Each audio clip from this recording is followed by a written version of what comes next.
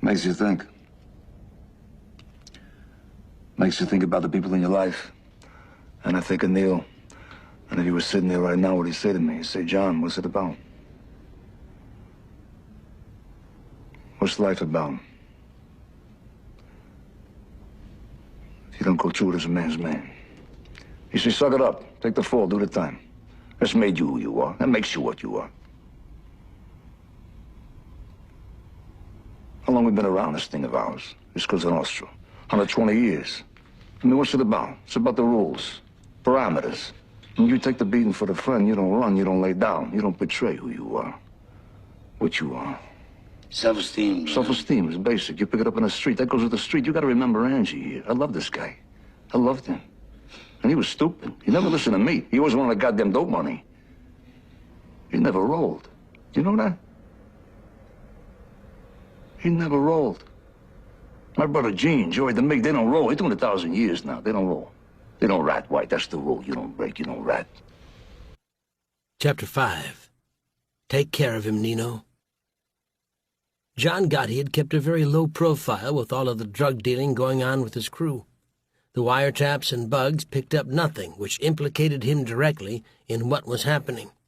He did show up for the funeral and internment of Salvatore Ruggiero, but that was out of respect for his family, and it would be a stretch for the government to make anything more out of it. While not directly involved, Gotti likely benefited from the trafficking from the money his crew kicked up to him. He had to know that Angelo was dealing off the record with heroin. Gotti's own mob intelligence was fairly well tuned to give him that information, but Gotti's approach was kind of a mob don't ask, don't tell when it came to probing too deeply about the narcotics money. At one point, Gotti made a big show, according to one informant, of expelling Mark Ryder from the Bergen crew because of drugs. But the ban wasn't enforced because, as the informant said, Ruggiero and Ryder still dealt in drugs. Gotti's so-called chasing away of Ryder seemed rather half-hearted. According to Andrea Giovino, who, as a young and pretty Italian woman from Bensonhurst, gravitated to some of the big mob characters of the day, she claimed to have partied often with both Ryder, whom she said she had a relationship with for about a year, and Gotti in early 1985 at the trendy Club A in Manhattan. Party night for Gotti and his compos at the club was usually Tuesdays and Thursdays. A spitfire, when provoked, Giovino recounted in her book, Divorced from the Mob, My Journey from Organized Crime to Independent Woman, how she pummeled another woman in the club with a liquor bottle and got Gotti's stunned admiration. Again, an associate of Gotti, who asked to be unnamed, disputed her recollection and said she never partied in Gotti's presence. In the summer of 1987, DEA agents and NYPD detectives surveilled Ryder visiting Gotti's base in Ozone Park, the Bergen Hunt and Fish Club. The incident showed that Gotti didn't keep his arm distance from drug dealers like Ryder, although he was never linked to drug trafficking. Either he had to be the dumbest boss alive or he was involved, was how government witness John Alight, once a Gambino associate, viewed possible explanations for Gotti's behavior. But others were not so sure that Gotti had any direct involvement in drug trafficking, but likely took what was given to him. I think he was just a profit-taker, opined Jim Hunt, years later about Gotti's relationship to the drug dealing. Guys around him had money. Eddie Lino, a wealthy guy. John Carnegli, a wealthy guy. They were the movers and shakers. They were his guys. There's no way he, Gotti, was not getting some kicked up.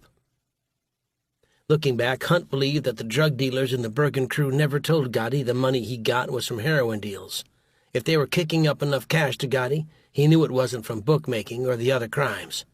Gotti's refusal to talk openly about drugs, either on the telephone or in person, is why he wasn't ensnared in the indictment, said Hunt.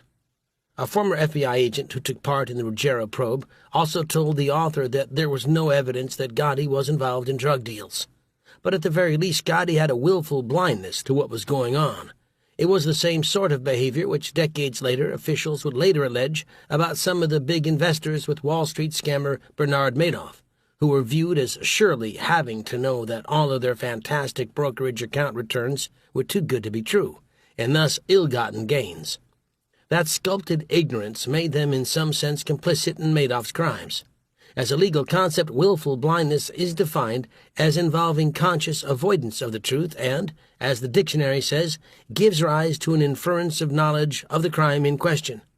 Knowledge of a crime is not the same in a legal sense as participating in it, and on that score there is no evidence Gotti trafficked in drugs. To put it another way, Gotti, given his shrewdness about what his men were doing on the street, could take a position like Police Captain Louis Renault, the Claude Rains character in the film Casablanca. Renault expressed shock and horror that gambling had been going on in Rick's cafe, yet really knew what was going on in the casino, since in the next breath gladly accepted his winnings from playing the roulette wheel. Money was what the mob was about, and frankly Gotti wouldn't have cared where it came from as he stuffed it into his pockets. Beginning with Angelo Ruggiero. The drug men in the Gambino heroin trade were all people Gotti had grown up with on the street. They had shared a lot together, and it wouldn't have been easy for Gotti to turn his back on them. The men in Gotti's crew had a long common history through his steady, fortuitous rise to a position of power.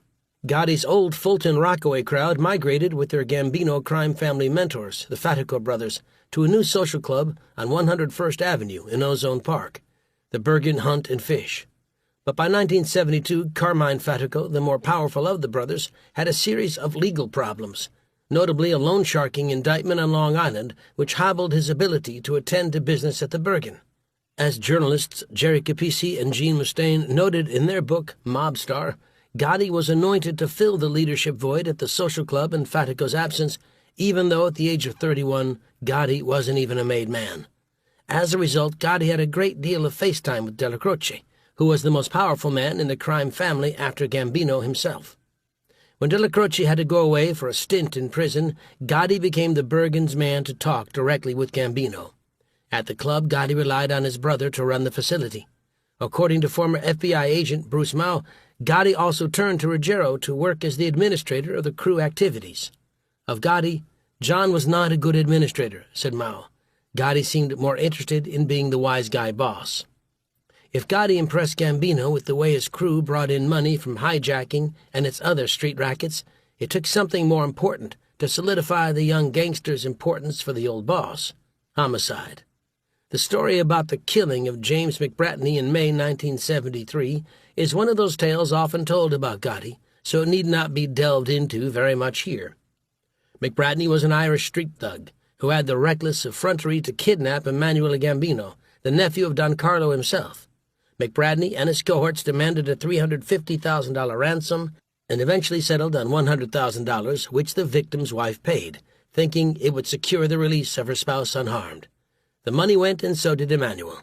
He was dug up from a grave in New Jersey in January 1973. He had been shot in the head. The elder Gambino, so the story goes, turned to Gotti to avenge the murder. On May 23, 1973, Gotti, Ruggiero, and an associate named Ralph Gallion walked into Snoop's Bar and Grill on Staten Island. It was then that the trio walked over to McBratney, who had been nursing a drink at the bar, and attempted to remove him from Snoop's. Angelo had a pair of handcuffs. Gallion was armed with a handgun, and Gotti provided the muscle. All three surrounded McBratney and acted like cops, telling him to come with them. Anything that was supposed to happen would be done away from Snoop's. But the combative McBratney resisted, and when he did, Gallion fired at him 3 times. McBratney fell dead while Gotti and company fled, but now thought having been witnessed by a number of patrons inside Snoop's. The killing was done in a room full of witnesses, a major tactical mistake. It took police about 2 months to arrest Angelo and Gallion for the hit. In Gotti's case, he had bragged about the hit in the presence of a friend, who actually had been working for many months as an FBI informant. The NYPD eventually showed witnesses a photo of Gotti, and he was identified as one of the 3 men who killed McBratney.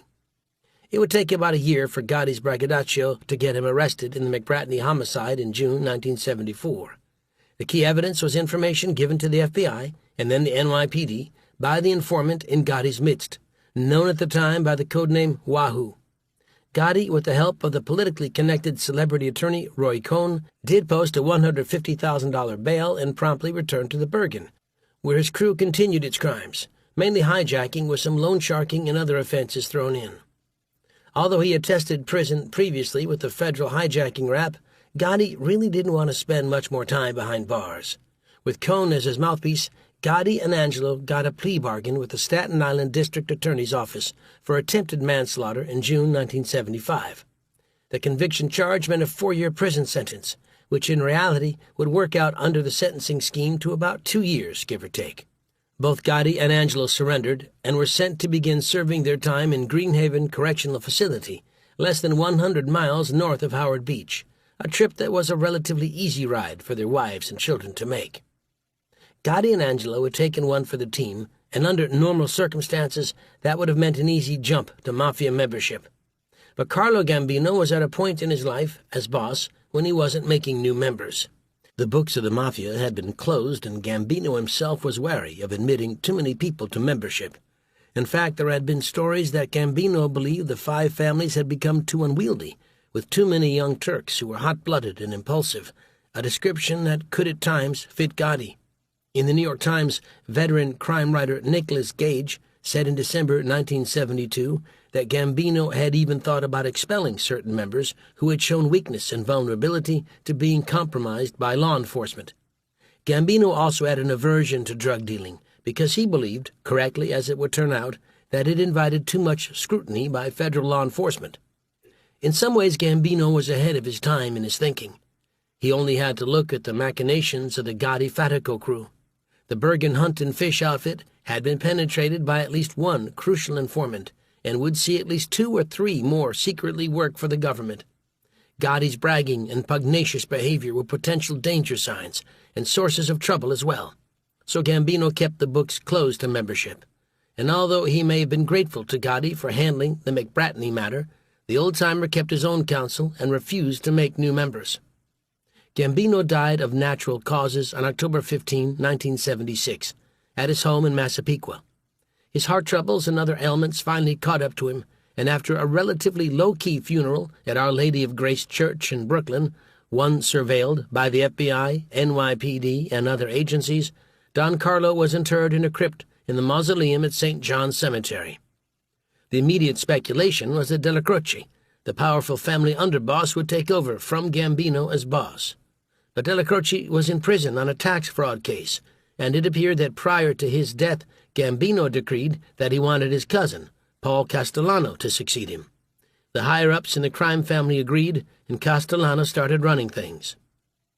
Gotti was in prison on the McBratney homicide when Gambino died, so he missed becoming a made member of the Mafia at the same time Angelo Ruggiero and Gene Gotti were given membership. But soon after Gotti was out of state prison in 1977, he got his button after Castellano opened up the books for new members. With Gambino gone, the Mafia Ruling Commission allowed the five families to expand its ranks. Life was good for Gotti now. He not only was the top dog at the Bergen Club, the Fatico brothers were doing time in federal prison for a hijacking charge, but his chief mentor, Della Croce, was now out of prison and was said to have been given a free hand by Castellano to run the Gotti Bergen crew as he saw fit. At the Bergen, Gotti was an acting captain, someone with all the privileges and responsibilities of that rank, but without the official position. Of course, the drug ban was still very much in place under Castellano, at least as far as he was concerned. Yet there is evidence that Castellano was talking out of both sides of his mouth when it came to narcotics. He spouted the line that drug dealing among his made men was banned, but at some point during the Pizza Connection investigation, which in 1984 unmasked the Sicilian heroin connection, investigators during a surveillance operation spotted something they didn't expect to see. One day in October 1980, Castellano himself, the boss of the Gambino family, met at Martini's seafood restaurant in Bay Ridge with Salvatore Catalano and Giuseppe Ganci, two of the main actors in the heroin case. Also present was Castellano's driver and faithful acolyte, Tommy Bellotti.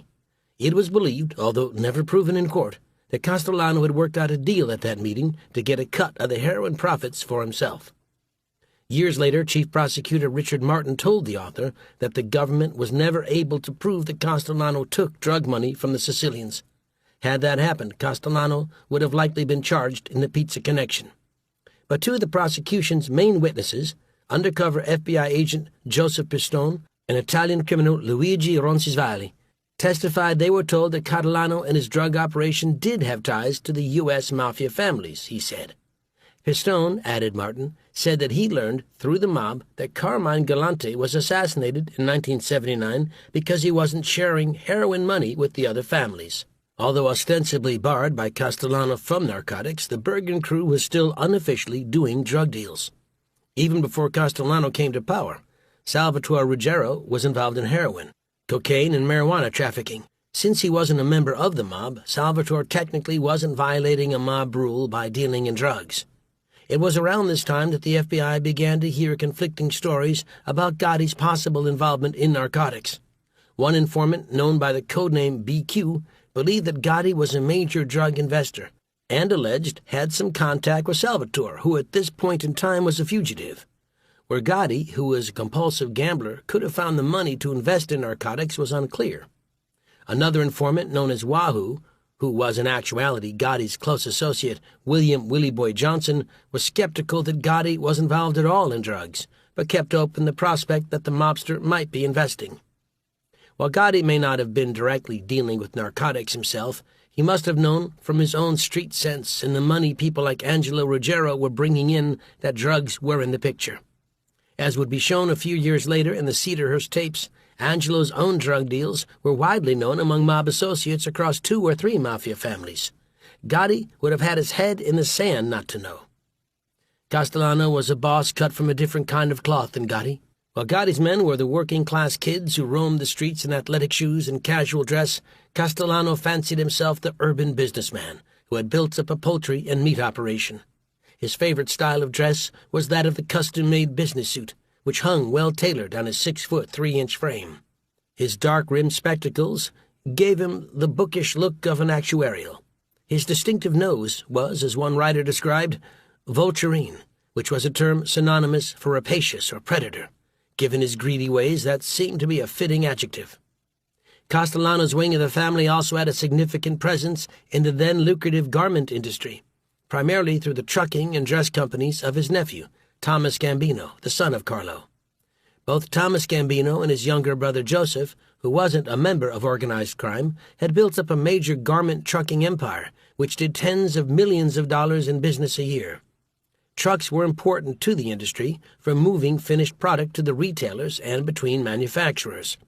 Over the years, allegations would be leveled that the Gambino brothers were part of a cartel which controlled the garment trucking industry, allegations which would cost them dearly in the years ahead. Another Castellano ally was Joe Angallo, an elderly and diminutive gangster who would ultimately become consigliere of the crime family. It was through Gallo and others that organized crime controlled the Greater Blouse Association, a group of manufacturers on 7th Avenue. 3 mob families, Gambino, Genovese, and Colombo, had divided power over the association and thus held sway over a significant swath of the garment industry in the city. Yet although he fancied himself above the blue-collar mobsters, Castellano had got his hands dirty over the years. He was believed to have controlled significant loan sharking operations. In fact, around the time of Gambino's death, Castellano went on trial in Brooklyn federal court for loan sharking. But when a key government witness refused to testify, even when granted immunity, the case collapsed. In addition, a crew aligned with Castellano ran a homicidal car theft ring, led by killer Roy DeMeo, which sold stolen vehicles to the overseas market. DeMeo, who operated under Captain Nino Gaggi, was one of those men who seemed to relish killing, and the word on the street was that he was responsible for about 37 murders, or 100 depending on which account was given credence. One of his victims was said to have been Castellano's own son-in-law, Frank Amato, who was married to the mafia boss's daughter, Constance. When Castellano learned that Amato had been cheating on his daughter and abusing her as well, the errant spouse was not long for this world. Castellano told DeMeo to take care of Amato, and in September 1980 he disappeared. Castellano himself didn't participate in the car thefts, but instead got regular bundles of cash in the DeMeo gang, delivered to him at his large mansion on Toad Hill in Staten Island, dubbed the White House. As would be later described in a federal court trial, DeMeo killed those he suspected of being informants or competitors in the stolen car racket. To dispose of the bodies, DeMeo and his associates, often gangsters Tony Testa and Anthony Center, would take the victims and in a bathroom or the floor of a garage, dismember them, boxing the pieces for disposal in a garbage dump. One time, according to a witness, DeMeo was in such a frenzy in cutting up a body that an ear of the victim went flying around a garage, only to be found and eaten by the junkyard dog. However, at some point, DeMeo's bloodlust even made Castellano uncomfortable. The reason seemed to have been the increasing attention Manhattan federal prosecutors were paying to the activities of the stolen car ring. As a result, Castellano decided that DeMeo himself had to be eliminated, and for that he turned to Anthony Nino Gaggi. An FBI bug picked up Castellano telling Gaggi to take care of him, Nino. So in January 1983, DeMeo's body was found in the trunk of his abandoned car in Brooklyn. He had been shot several times in the head. Various stories later surfaced about how DeMeo was actually killed. One said he was having coffee with some of his crew members when he was dispatched, but the end result was the same. DeMeo, perhaps the most prolific and out-of-control killer in the mafia, was gone. While he fancied himself a businessman, Castellano didn't get to where he was by being meek. When it came time to contract out some hits, Castellano held his nose and agreed to a sit-down with the leaders of the Westies, the bad Irish gang on the west side of Manhattan. The Irishmen were a group of about 24 gangsters and killers who sometimes kept the heads of their murder victims in freezers before getting around to disposing of them. They were successors to the tough tradition of mobsters like Mickey Spillane. Connected as he was to the politically connected McManus family, Spillane, not to be confused with the famous author, not only controlled gambling dens along 10th Avenue, but was a dispenser of jobs and other favors in the Irish community. In a sense, Spillane was the Gaelic equivalent of Carlo Gambino in his day, a man people came to see, much like Don Corleone in The Godfather. However, the Westies were a different breed than the Irish mob under Spillane. Led by James Coonan, the gang gained a reputation as killers and was suspected by the Gambino family of summarily dispatching a favorite mob loan shark, Charles Ruby Stein, at the time one of New York's most prolific loan sharks. With some of his millions in loans financing garment district businesses, Stein, in May 1977, was lured to a West Side Irish club, slain and dismembered. His remains later washed up on a Queens beach. As distasteful as Castellano may have thought the Westies were, he agreed to a meeting with Coonan at Tommaso's restaurant, a favorite Italian restaurant in Bay Ridge, next to Gambino Captain Jimmy Filo's Veterans and Friends Social Club. Castellano, accompanied by Della Croce, Joe Angallo, Nino Gaggi, and some others, met Coonan and his chief lieutenant Mickey Featherstone to hammer out a deal in which it was agreed that the Irish would take hit contracts from the Gambino family. Although questioned about what happened to loan shark Stein, Coonan swore to Castellano he didn't know what had happened to him. Like most bosses of the period, Castellano sometimes hung his hat at a social club, and his particular favorite being the Veterans and Friends on 86th Street in Brooklyn, where Fila held sway. Fila, known as Jimmy Brown, was one of those older Gambino mobsters who was considered part of Castellano's white-collar apparatus. Fila had become an important captain under Gambino and, according to investigators, had been the old boss's key liaison between Gambino and Sam the plumber DeCavalcante over the use of New Jersey garbage dumps. Fila's interest in the carting industry stemmed from his involvement in one of that industry's major trade associations, the Association of Trade Waste Removers of Great New York. As in the garment trucking industry, the mob used certain trade waste associations as the basis for a cartel, controlling which company entered the market and where it could do business. There was another industry which Castellano had influence over, and that was construction. He and the bosses of the other crime families, excluding the Bonanno family, had set up the Concrete Club, a secretive arrangement which squeezed concrete companies in New York City for payoffs. Working through Little Ralph Scopo of the Colombo family, the bosses extorted the payments, and in return, the companies were allocated contracts on building projects in the city of over $2 million. In return, the contractors kicked back 2% of their earnings to Scopo, who shared it with the four crime families. Some of the cash found its way to Castellano, who was raking in cash from other construction companies through his own captains. The avarice Castellano showed as the boss, forgetting for a moment his own legitimate businesses, soon began to build up resentment among some in the Gambino family, notably the Bergen crew. Castellano's imperious attitude had long been a sore point with Gotti and his crew. Loyal to Della Croce, the Bergen crew nevertheless continued to earn money through hijacking, loan sharking, and gambling, along with some drug dealing, and showed their value to Castellano. But although the Bergen crew did its job, none of them had any love for Castellano. Mafioso and the other crime families also couldn't help but notice Castellano's greed. He just couldn't get enough of the money.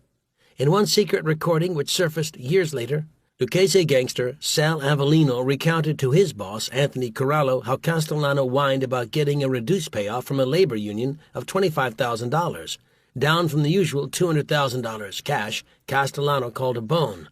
Corallo could only express his disbelief and contempt. A bone? $2,000? Corallo asked rhetorically. Imagine that. He can't get enough. I don't understand. It's for the fucking hell of me. He didn't get enough. Imagine that. He didn't get enough money. Chapter 6. I could give you information. With Della Croce given a free hand to oversee Gotti's Bergen crew, Castellano had essentially ceded command of the Ozone Park gang to his seasoned underboss. The problem was, much as the late Gambino had feared, the younger generation which made up the Bergen Club was undisciplined and reckless. The group was also riddled with informants. Among the worst of the lot was Gotti himself, who threw away money on gambling like the proverbial drunken sailor, befriended people who were working secretly for the government and, it is believed, invested in drug deals to fund his compulsive gambling. A wanton Gotti's gambling has been described in Mustaine and Capisi's Mob Star as well as Davis's Mafia Dynasty. By January of 1981, Gotti seemed unable to catch a break with horse betting or football. One weekend, Gotti lost $21,000 on football, followed by another of $16,000, Mustaine and Capisi noted, adding that Gotti's forays to the local racetracks only added to his financial misery. Gotti also had a dice game in Manhattan's Chinatown, which did well, but even as owner, Gotti continued to lose even betting with house money. His losses became debilitating to the Chinatown dice game, and his brother Gene and Angelo were overheard talking about how it might be best to close the place down. "We don't need him in the fucking game," Gene Gotti exclaimed when told of losses his brother sustained one night of $30,000. Yet Gotti's Bergen crew continued to do well in its other operations, mainly gambling, hijacking, and loan sharking, kicking up proceeds to Della Croce and Castellano. So long as the money flowed, the big bosses were happy. But no one realized how vulnerable the crew in Ozone Park had become to being penetrated by law enforcement. That was made clear by the way not only the FBI had developed informants, but also how even the Queens District Attorney's Office had focused on the Bergen clubhouse, putting in wiretaps and snaring a key informant. William Willie Boy Johnson was one of those men close to Gotti who, while unable to become a member of the Mafia because of his mixed ethnic background, his mother was American Indian, nevertheless had value to the Gambino family. Johnson was part of the Fulton Rockaway crew, and was described by one writer as sausage stuffer by day, bookmaker by night, part-time boxer, and part American Indian.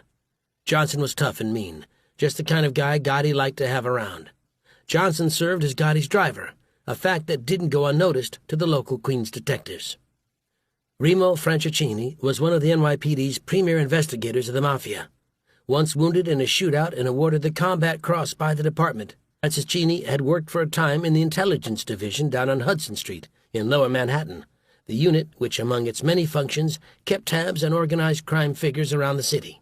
When needed, his men would team up in special undercover cabs and prowl around the city, surveilling mobsters. One detective, Jack Clark, kept his own index card system of surveillance reports in a shoebox, a primitive system for sure, but one which would later provide critical leads to federal investigators in the Pizza Connection drug case. 1977, Franceschini moved over to Queens, where he commanded the detective squad of District Attorney John Santucci. Once a city councilman, Santucci was interim district attorney in December 1976 after his predecessor left for a judgeship. In November 1978, Santucci won the job outright in a follow-up election.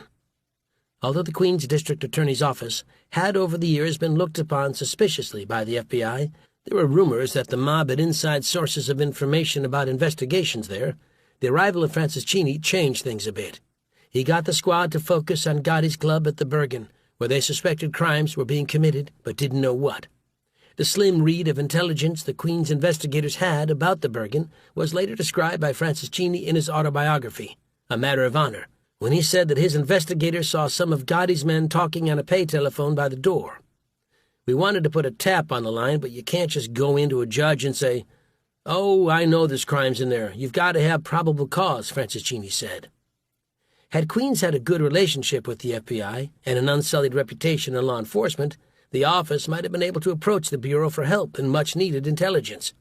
But the FBI was carefully keeping Johnson's role as their high-echelon informant secret, so Francis Cheney had to come up with evidence on his own to use against Johnson and Gotti. Once again, luck played a part in what happened next. One night in 1981, Johnson was spotted by two of Francis Cheney's detectives meeting Arnold Squitieri, a known drug dealer, in a parking lot outside Kennedy Airport. As described in A Matter of Honor, the detectives noticed a car pull up and saw a black man take a package from Johnson and handed him a paper bag, which he placed in the trunk of his car. We had a pretty good suspicion that we just witnessed a drug deal going down, but, of course, we had no evidence, remembered Francis Cheney. The detectives followed Johnson to near his home, watched him take the paper bag out of the trunk and place its contents in an attaché case, and then approached him. Startled, when the cops asked him what was in the case, Johnson blurted out, "Oh, this is from my gambling operation," said Francis Cheney.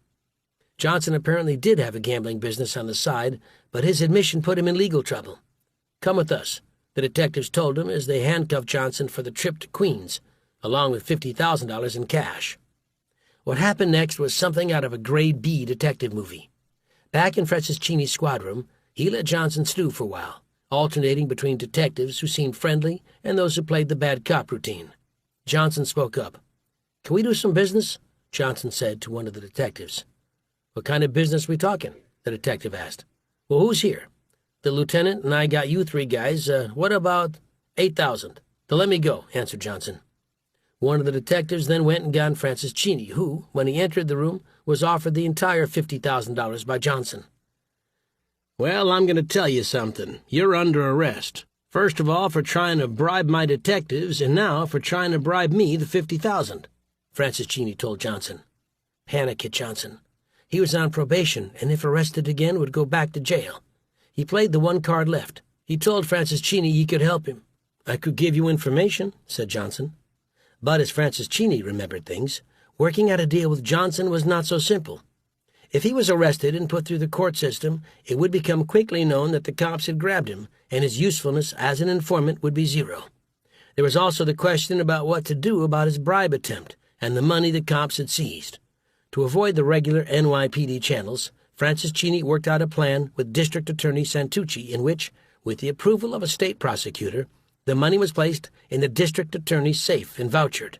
Johnson indicted for the bribe attempt, but the indictment itself remained sealed with the court and thus unpublicized. In effect, Francis Cheney had a hold on Johnson. Meetings between Francis Cheney and Johnson sometimes took place by Maple Grove Cemetery in Kew Gardens, Queens, a short walk from the lieutenant's office. Johnson would be standing by a grave as if praying when Francis Cheney arrived. The detective carried a gun to these rendezvous because, after all, Johnson was a killer. Also surveilling the two men were other detectives from Francis Cheney's office. At other times, Johnson would call Francis Cheney in his office where the informant was known by the simple code name, The Girl. Over time, Johnson gave Francis Cheney a rundown on the way Gotti ran the crew at the Bergen and the various personalities.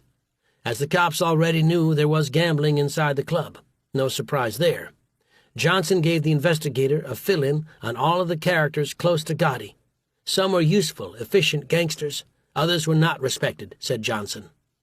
Gene Gotti was described as a family man with a mean streak, constantly complaining about his brother John's gambling losses, while another brother, Richard Gotti, was pegged as a simple bookmaker who wouldn't really be anywhere if it had not been for his brother's stature.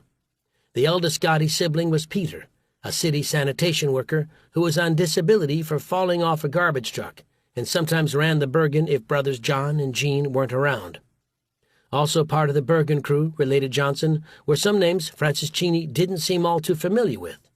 Heroin-addicted Tony Roach Rampino, John Caneglia, an up-and-coming gangster, and attorney Michael Coro, whose claim to fame was that he knew a lot of judges and some prosecutors in Queens. But of all those at the Bergen, the one man Gotti seemed closest to was Angelo Ruggiero. Angelo was also someone Johnson had nothing much good to say about.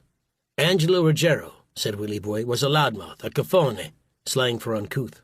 Always talking loud on the phone, always bitching, Francis Cheney would later remember. Ruggiero was a soldier, not a boss, although according to Willie Boy, he acted higher than his place. As Johnson talked more to Francis Cheney, he related Angelo's heavy involvement in heroin trafficking, just like his brother, who still was alive at this point, and on the lam as Willie Boy talked to the lieutenant. Johnson pegged Angelo as running drugs with Gene Gotti and people like Arnold Squitieri, although, as Franceschini noted, Willie Boy said nothing at all about that $50,000 cash he was caught with coming from drugs, as the investigators suspected. What about John Gotti? Was he involved in the drug deals? Other informants would say Gotti had invested in some drug hauls, but Johnson wouldn't give up his boss. No, he said, John wasn't into drugs. He was emphatic about that. John Gotti had nothing to do with narcotics, noted Franceschini. Willie Boy was very protective of his boss. Of course, all of the information Willie Boy Johnson relayed to Franceschini wasn't enough to make any arrests, since it was basically uncorroborated. So in May 1981, Franceschini and the Queens District Attorney's Office received judicial authorization to wiretap the telephone in the Bergen. Undercover operatives, detectives, had made it a practice of hanging out by the Bergen and picked up snippets of conversations about bets being placed on the club's payphone, so that helped in getting the judicial order. As it turned out, Santucci's staff put 2 taps on 2 telephones in the Bergen and then planted a bug to pick up conversations in the club itself. For about a month, the surveillance picked up some evidence of gambling. But soon things got interesting for the Queens District Attorney's Office, but not in the way Franceschini or Santucci would have expected, and they only had themselves and their staff to blame. On June 30, 1981, FBI agents and members of the NYPD Public Morals Unit raided the Bergen as part of a raid to seize illegal fireworks. Why the FBI would have an interest in fireworks is unclear, unless it is remembered that the agency was in the early stage of its probe of Angelo Ruggiero, John Gotti, and others. As the raid was underway, FBI agent Donald McCormick picked up the pay telephone inside the club and was told by club denizen Jack Cavallo, who actually ran the gambling operations, that the line was being tapped by Santucci's office. McCormick actually suspected the line was tapped, but wanted to place a call just to see what showed up. About a day later, McCormick's supervisor, Bruce Mao, got a call from someone working for Santucci to congratulate the FBI for the Bergen raid. While the FBI discovered the Santucci bug quite by chance, its existence created problems, not only for the Bureau, but also the Queen's prosecutor. Both agencies were in danger of stepping all over each other's investigation and screwing them up. On September 2nd, Mao and 2 of his immediate supervisors turned up at Santucci's office for a meeting with his staff, including Franceschini. At Santucci's suggestion, the group went to the Altadonna, a local Italian restaurant on Cross Bay Boulevard in Howard Beach, one well known to mob characters. The confab was, to say the least, competitive, although Mao would later remember that the prosecutor was cordial and expressed a desire to work together with the FBI. Santucci said his electronic surveillance had been very successful in obtaining gambling information, but had to admit had not found anything of value about loan sharking or homicides, 2 major crimes the Bergen crew was involved with. In fact, Santucci had to admit that taps on social clubs weren't that productive, and that electronic surveillance should be done on the homes of mobsters. Santucci was right that bugging residences of the mafiosi could provide good evidence, but he was wrong about the social clubs being dry holes, as the FBI would find out in its various operations in mafia clubs around the city, which turned up some useful tapes. In any case, Santucci agreed to back off his effort on the Bergen and let the FBI take the lead in that area. Mao, who grew up in Iowa and hadn't much dealings with city prosecutors who came out of the political world as Santucci did, remembered feeling uncomfortable in dealing with the district attorney, although there was nothing he could put his finger on as the source of his discomfort. About 10 days later, Mao and Santucci's staff met again to talk about surveillance of Gotti and his crew. But as Mao would remember it, Santucci's people indicated they believed they could have a possible leak in their office and wanted the FBI's help in uncovering those who might be responsible. While it was no secret that Coro claimed to have a hook in the local prosecutor's office and that others, like infamous Lufthansa heist mastermind Jimmy Burke, had very good sources there, the problem might actually have been an embarrassing slip-up with Santucci's own staff. It seems that Santucci's office had failed to put the notation "Do Not Notify" on its subpoena to the telephone company when records of the Bergen telephone were requested. Without that notice, the telephone provider was free to, and apparently did, tell the Bergen at some point that its telephone records had been requested by Santucci. So when Cavallo told Agent McCormick that the telephone in the club was tapped, well, he had it on the best of authority. A few years later, Santucci was further embarrassed when it was revealed in the newspapers that he had had a long lunch, by some estimates as long as 14 hours, with an up-and-coming NYPD inspector, a reputed Gambino associate named Salriale, and several political operatives at the Altadonna. In the saga of the Gotti era, Santucci's efforts were noteworthy, but in the end they turned out to be small beer. The mishandling of the subpoena was an embarrassment. In June 1982, Santucci's people and the NYPD raided Gotti's gambling operation on Mott Street in Chinatown. Neither Gotti nor Ruggiero and the other big men of the Bergen happened to be present when the detectives rolled through the door. But the cops seized $100,000 in proceeds, gambling paraphernalia, and made 7 arrests, among them Anthony Rapino, William Batista, Peter Tambone, and Frank DeChico. The defendants appeared in court a day or two later, with Coro acting as their lawyer, pled guilty to misdemeanor gambling charges, and were fined $500. But it also appeared that the court papers indicated that there had been an informant involved in tipping off police about the gambling operation. If Gotti didn't realize before that his operation had been penetrated, he knew it now. The Santucci screw-up with the subpoena wasn't the only thing which compromised law enforcement focus on Gotti, Ruggiero, and the rest of the Bergen crew. The FBI offices in Queens were in Rego Park, a busy commercial and residential neighborhood, in which Queens Boulevard was the spine which ran down its center. Mao and his agents worked from a suite of offices and availed themselves of the various bars and restaurants in the area. Sometime in June or July of 1982, one of Mao's agents stopped by the Test Teresa's and stayed for a while. The problem was that upon leaving, the agent left behind a folder which contained documents which happened to be the affidavit for the surveillance being done on Angelo Ruggiero. The material was a basic roadmap of the government's investigation, laying out what they suspected Ruggiero of doing and who was believed to be doing it with him. The stuff somehow got into the hands of Anthony Moscatello, a Gambino associate of Gotti's.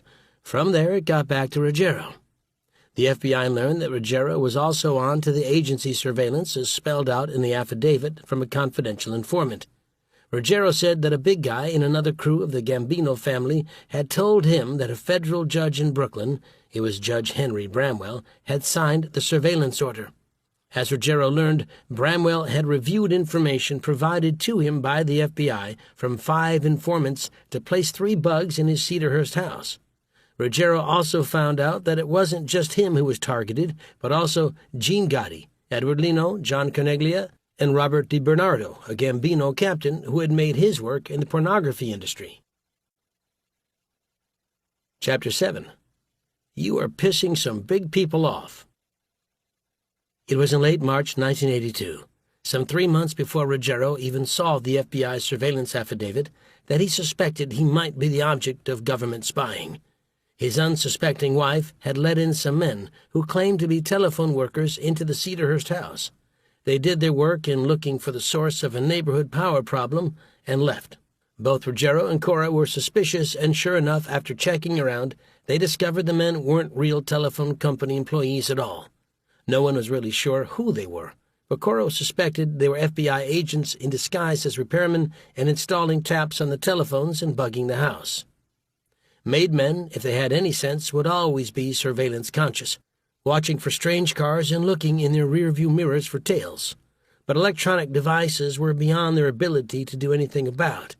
In frustration, some of the regulars at a mob social club once tore down a parabolic antenna, thinking it might be spied upon by the FBI. Once at a banana social club, a glitch in a bug transmitted conversations and flushing toilet noises to a nearby AM radio, leading to the discovery and dismantling of the devices. However, to counter the surveillance capabilities the government could amass against them, mobsters had to call in some experts, and in New York City, with the largest police force in the country, there were always retired cops willing to help out. John McNally had worked as a Special Investigations Unit detective and attained the rank of first grade, the highest. After retiring, McNally, like many who left the force, became a private investigator. In a city like New York, with some of the greatest number of attorneys working in all sorts of fields, investigators, good ones anyway with connections to law enforcement, didn't have much trouble finding work. Civil lawyers needed them for divorces, workers' compensation claims, and accident investigations. On the criminal side, investigators were the ones to dig into the background of prosecution witnesses and seek out witnesses to help the defense.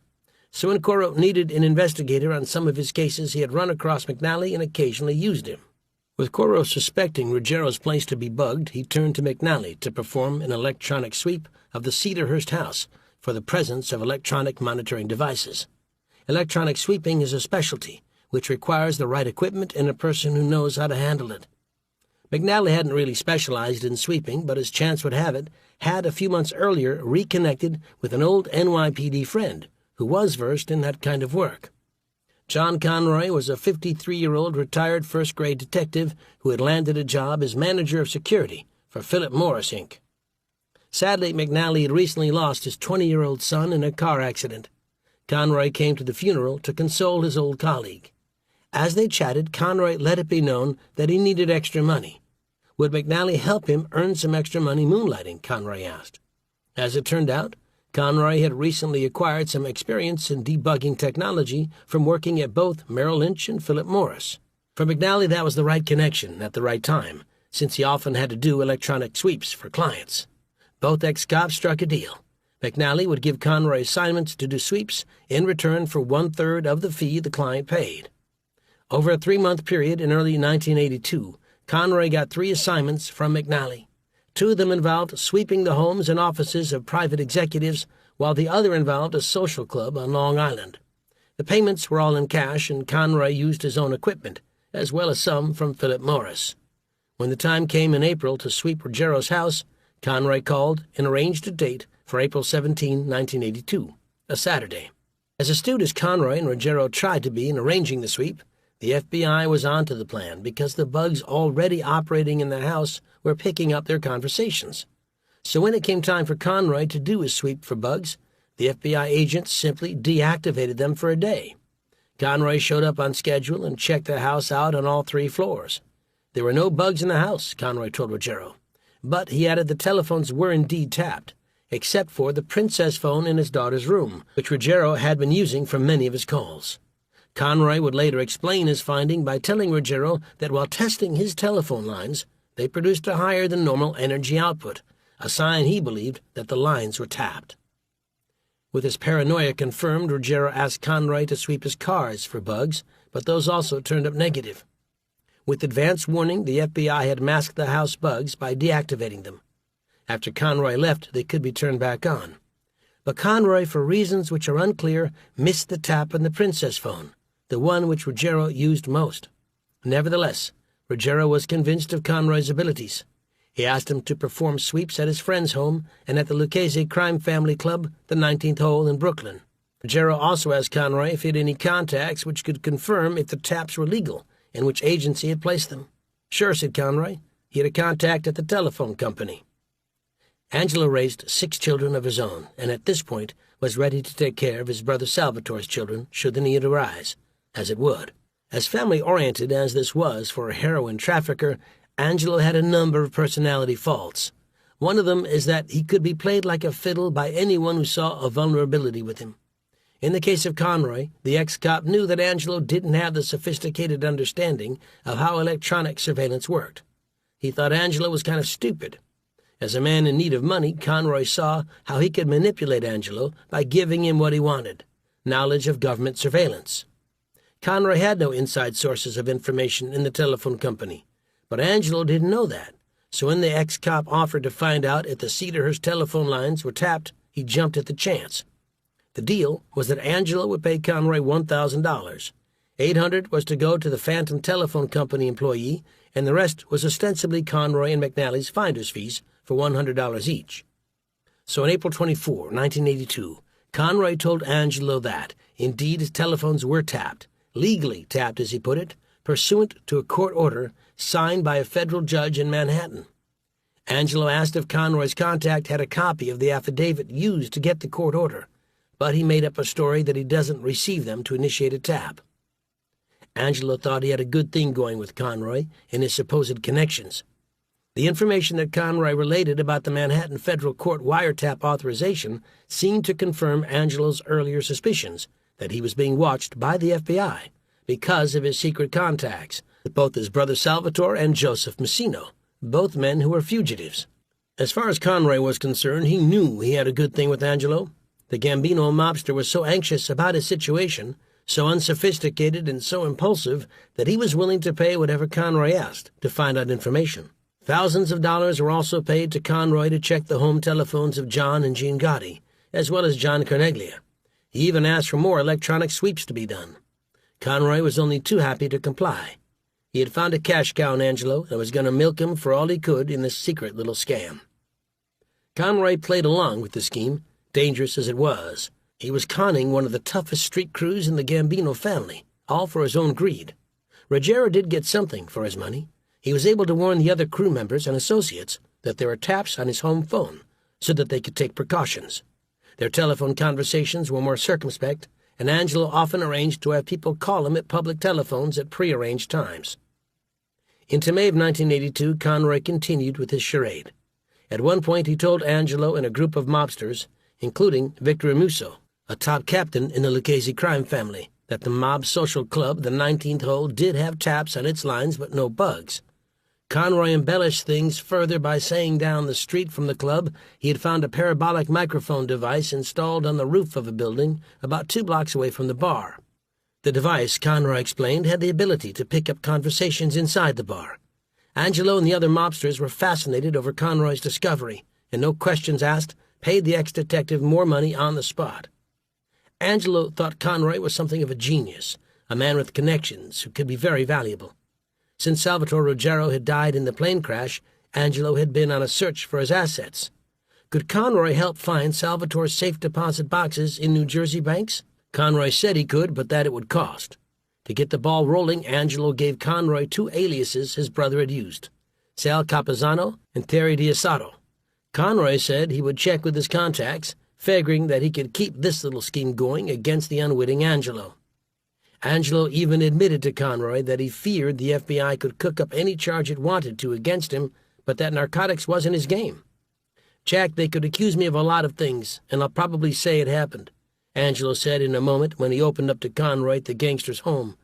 "You know, my game in numbers, my game in shylocking, bookmaking, hey, I'll even shake down a guy for $50,000. I'll do it." "They start that narcotics," scoffed Ruggiero. "I got 6 kids." Then on July 7, 1982, everything started to unravel when the FBI raided Angelo's house, gave Coro search warrant materials, and then removed the bug from the downstairs living area, the bug which Conroy had assured everyone didn't exist. To make matters worse, Coro read in the search warrant affidavit information that listed Conroy's name as having once done work for the Federal Organized Crime Strike Force.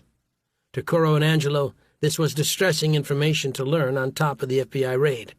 Both men immediately suspected, incorrectly as it turned out, that Conroy might have actually planted the bug in the Cedarhurst house himself, working as a kind of double agent for the government. 2 days after the raid, the FBI did pay Conroy a visit, and agents gave him a rundown of everything he had done for Angelo. At that point, Conroy knew the government had a line on him and could cause him a great deal of trouble. For an old cop, Conroy knew he had few options. He agreed to cooperate and even wear a tape recorder to catch Coro and McNally making incriminating statements. But Conroy felt a strange loyalty to McNally and agreed to meet him in secret, without telling the FBI and without wearing a recorder.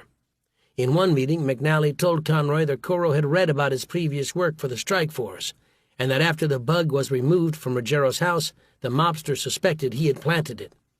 "You better be concerned for your safety," McNally warned Conroy. McNally also started to sweat because Conroy told him that he had given up everything to the FBI, the sweeps, the debugging, the bogus telephone company contacts. Fearing the worst and trying to backpedal, McNally said he only did legitimate investigative work, even if it was for gangsters. With the July raid, the FBI search warrant affidavits, and all of the things Conroy had been feeding him, Angelo knew that he was a choice target for the feds. He was becoming increasingly paranoid and concerned, with good reason. With the bug found in his house, Angelo knew that for a period of months before his brother Salvatore died, and right through the time he did some major heroin deals himself, that the FBI had likely listened to his most conspiratorial conversations. He still thought he was being looked at for talking with the fugitive Messino, but the drug situation was much worse. One FBI informant inside the Bergen told agents that Ruggiero was sweating bullets about an imminent arrest. And Mobstar, Mustang Capisi, related a memo put in FBI files which summarized what the informant or source said about Ruggiero's predicament. Source advised Angelo Ruggiero is scared to death because he had been lying systematically to Big Paul and Neil de la Croce insofar as he constantly told them he is not dealing in drugs by himself, but merely cleaning up loose ends of his brother's narcotics operation. If they learn he was lying, it is quite likely that Angelo might be hit. Angelo and Gotti laid low in the summer of 1982. They avoided the Bergen, which was in the hands of Gotti's brothers, Gene and Peter, for day-to-day operations. But Ruggiero, if he feared the FBI and his Gambino bosses, couldn't stay away from the heroin racket. With the FBI breathing down his neck, Ruggiero nevertheless, on August 4, 1982, checked into the Sheraton Hotel in Smithtown, Long Island, under the name of Sal Scala, a Gambino soldier. Ruggiero would stay at the hotel for almost 2 weeks, his comings and goings being watched by FBI surveillance agents. Angelo met not only with Scala, but with Gambino associate Anthony Moschitello, who brought him $200,000 in cash, according to the FBI. He then met on that same day, August 13th, with John Carneglia, Mark Ryder, and others in the Whisper Lounge, a site with an ironic name, given that the FBI seemed to have enough agents in the area to get a sense that something no good was going on. That seemed obvious when, early the next morning, Moschitello exchanged envelopes with Ryder and then, at Carneglia's direction, retrieved the $200,000 and brought it to Ruggiero's hotel room. Within minutes of the cash exchange, Carneglia drove home, followed by FBI agents, who saw him retrieve a duffel bag from his car and bring it into his house in Howard Beach. It all meant, the FBI said, that a major heroin deal had gone down, even in the face of a major investigation. Ruggiero and the rest of the group were being nothing if not reckless. The long FBI look into Angelo Ruggiero and the Bergen crew was leading to more than just the heroin deals. The bugs in the Cedarhurst house, combined with informants and surveillance at the club, showed that Paul Castellano was himself involved in criminal activity and directing the crime family. But Big Paul was circumspect. He didn't dare visit the hoi polloi clubs like the Bergen or the Ravenite in Manhattan, rarely going to places like the Veterans and Friends Club in Brooklyn, which, practically speaking, was not far from his White House estate on Toad Hill. FBI agent Joe O'Brien knew Toad Hill well. A maverick of sorts, O'Brien was part of the C-16 squad, put together by Bruce Mao, which targeted the Gambino crime family. Other agents had focused on Queens and places like the Bergen Club, while O'Brien spent some of his time on Staten Island. The decision had been made that the top bosses in the crime families were to be targeted, and for that the FBI squads did the usual surveillance activity. This was all part of Mao's game plan. Get the agents out into the street to troll the areas where the gangsters live and work. Make connections, dig for information. In the case of O'Brien, he started working Sundays to try and find out who was meeting Castellano on Staten Island and taking the license plate numbers of cars which visited the boss's Toad Hill estate.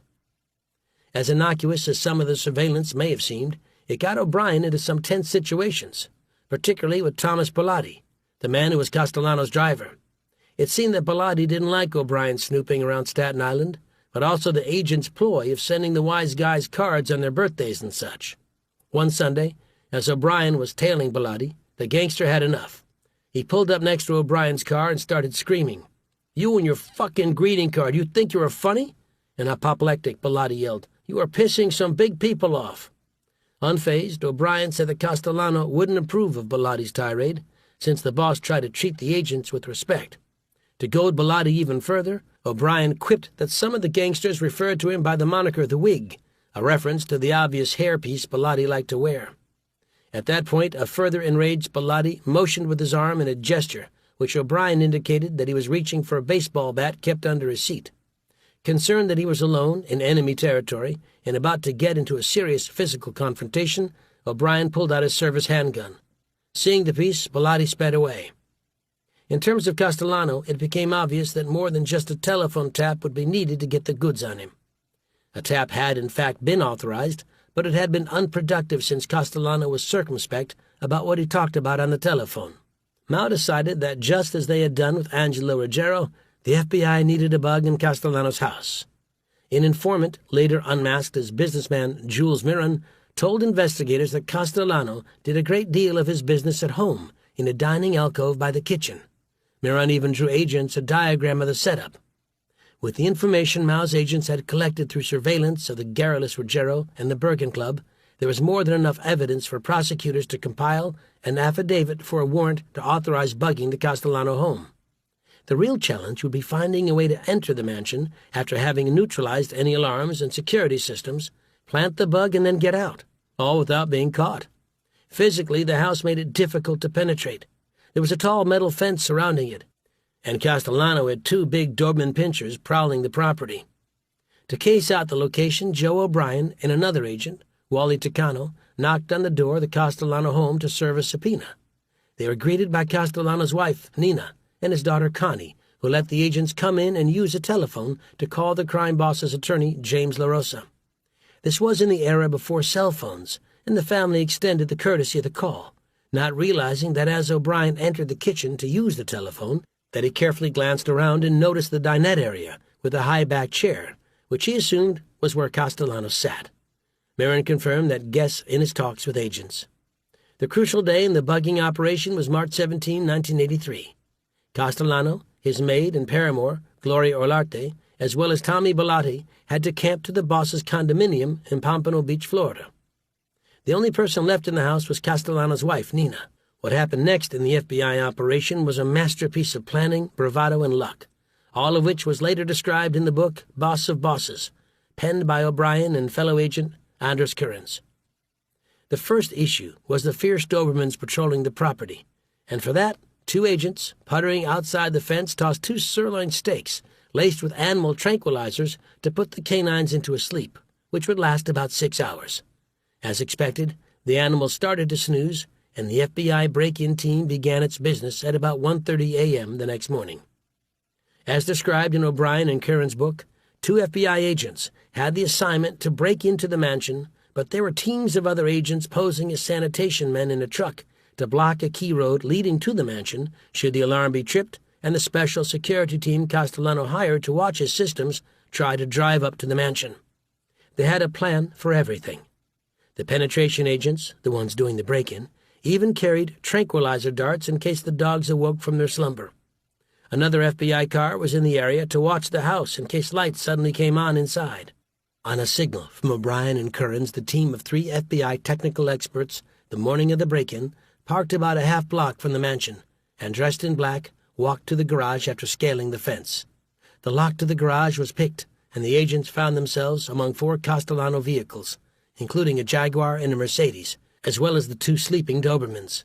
As Kearns remembered it, he gave one of the dogs a slight nudge with his foot, just to make sure they were in deep slumber.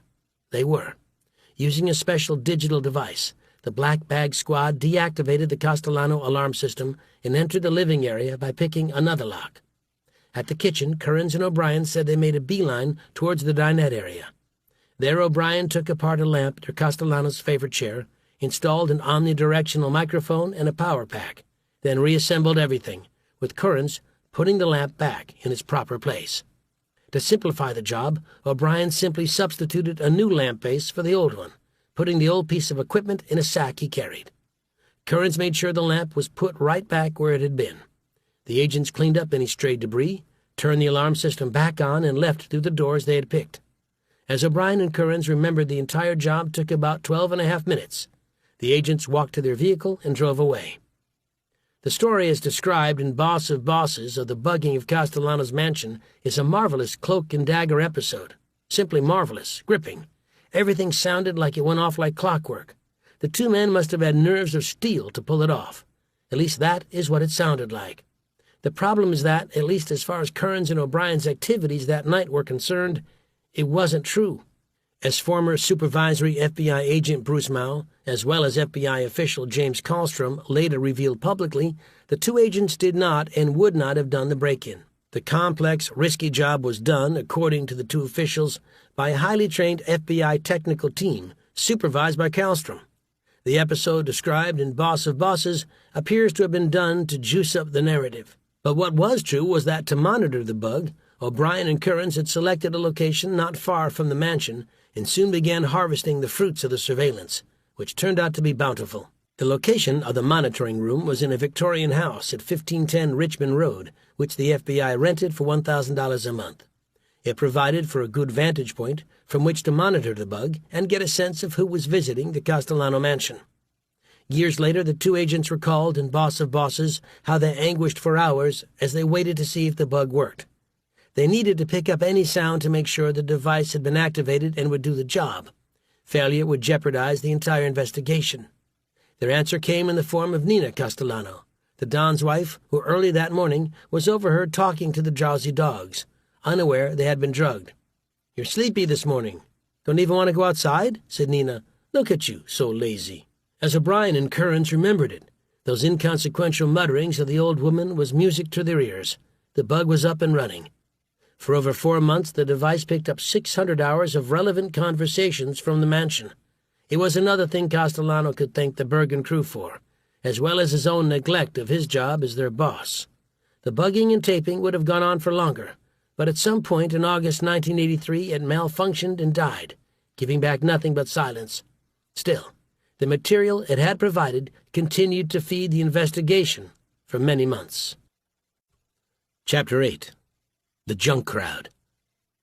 As 1982 came to a close, Angelo Ruggiero knew that things were getting precarious. The FBI had collected tons of information from the bug in his house. Surveillance teams were all over him and the Bergen Club. His mentor and close friend John Gotti may have been running things at the club, but he was proving to be a distracted boss. Gotti was burning through tons of cash with his compulsive gambling and had problems of his own. Around Christmas time, when Alfred Delantash, the drug dealer and sometimes aircraft operator, went to visit him in Cedarhurst, Ruggiero walked outside with him and complained about all of the drug heat he was feeling. Delantash may have been a close friend of Angelo's brother Salvatore, but he wasn't above being a bit duplicitous when it came to their drug activities. Just before Salvatore died, in the May 1982 plane crash, he had given Delantash and his partner, Wayne DeBaney, about 1.5 kilos of heroin in a suitcase to hold for safekeeping in return for a fee of $2,500. DeBaney actually later recalled that he never even opened the suitcase until after Salvatore died and discovered 5 envelopes filled with the heroin. But instead of turning it over to Angelo, Delantash and DeBaney kept the narcotics in Westchester County, turning down an offer of $450,000 for the batch. The heroin held by Delantash and DeBaney had value beyond just what it could get them on the street. In January 1983, both men were in Baton Rouge, Louisiana, to work on a deal for 55 kilos of cocaine, or about 120 pounds. The sellers agreed to take $120,000 in collateral and to hold about 1 kilo of heroin, which had been part of Salvatore Ruggiero's suitcase stash. Once the full payment was made for the cocaine, Delantash and DeBaney were to get the heroin back. The night of January 24, 1983, Delantash and DeBaney turned over the heroin and the cash deposit to the sellers and expected to take custody of the cocaine. Instead, both were immediately arrested by Louisiana state troopers. The purported sellers had been undercover officers. Delantash and DeBaney had found themselves in a great deal of trouble, facing decades in a state prison. To the rescue, sort of, came the federal government and Louisiana officials. The feds already had intelligence and a line on Delantash through the investigation of the Bergen crew, knew he had been in close contact with Angelo, and had a lot of information about the heroin ring. The proposal was simple: help the big investigation in New York, and prosecutors would ask the judge to give some consideration to Delantash when he came up for sentencing. So in April 1983, Delantash entered into an agreement with the Brooklyn Organized Crime Strike Force and their federal counterparts in Louisiana to cooperate. As an initial showing of good faith, Delantash told the prosecutors where they could find the additional heroin, which had been part of Salvatore Ruggiero's little suitcase stash. Back in Westchester, one of Delantash's relatives took agents to an underground safe where the heroin had been kept. The heroin taken from the ground in Westchester was tested and found to have been manufactured in Pakistan, the same as had been discovered about the heroin seized on Delantash in the Louisiana arrest. Agents thought it was likely that the samples may have been processed at the same Pakistani laboratory. Delantash was a good catch for the prosecutors. He could provide key information about some meetings which took place at Angelo's homes in Howard Beach and Cedarhurst at times when the bugging device wasn't available. He could list the participants, the essence of their conversations, and, if necessary, make identifications of voices heard on recordings. Even with Delantash and DeBaney on the side of the government, prosecutors still had a great deal of work to do to make a case against Angelo, and to see how close they could get to the Gotti clan, including John Gotti. There were hundreds of hours of tape recordings to analyze and tons of documents to scrutinize, as well as to see how well it might all dovetail with what Delantash and DeBaney could provide. This was going to be a monster prosecution. About 3 months after Delantash decided to cooperate, Brooklyn prosecutors finally put together a battle plan. In a prosecution memorandum sent to their superiors in Washington, the government attorneys, Laura Bravetti and Norman Block, painstakingly sketched out who the potential defendants might be and what charges they could face with the evidence in hand.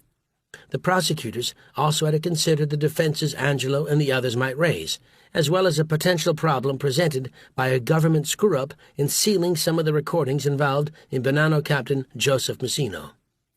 Aside from Angelo, the prosecutors had their eyes on indicting 12 other defendants: Gene Gotti, John Carneglia, attorney Michael Coro, Joseph Guagliano, Anthony Muscatello, Oscar Ansorian, Edward Lino, Mark Ryder, William Sestaro, Salvatore Greco, Salvatore Scala, and the Canadian gangster and heroin trafficker Gerlando Sasha.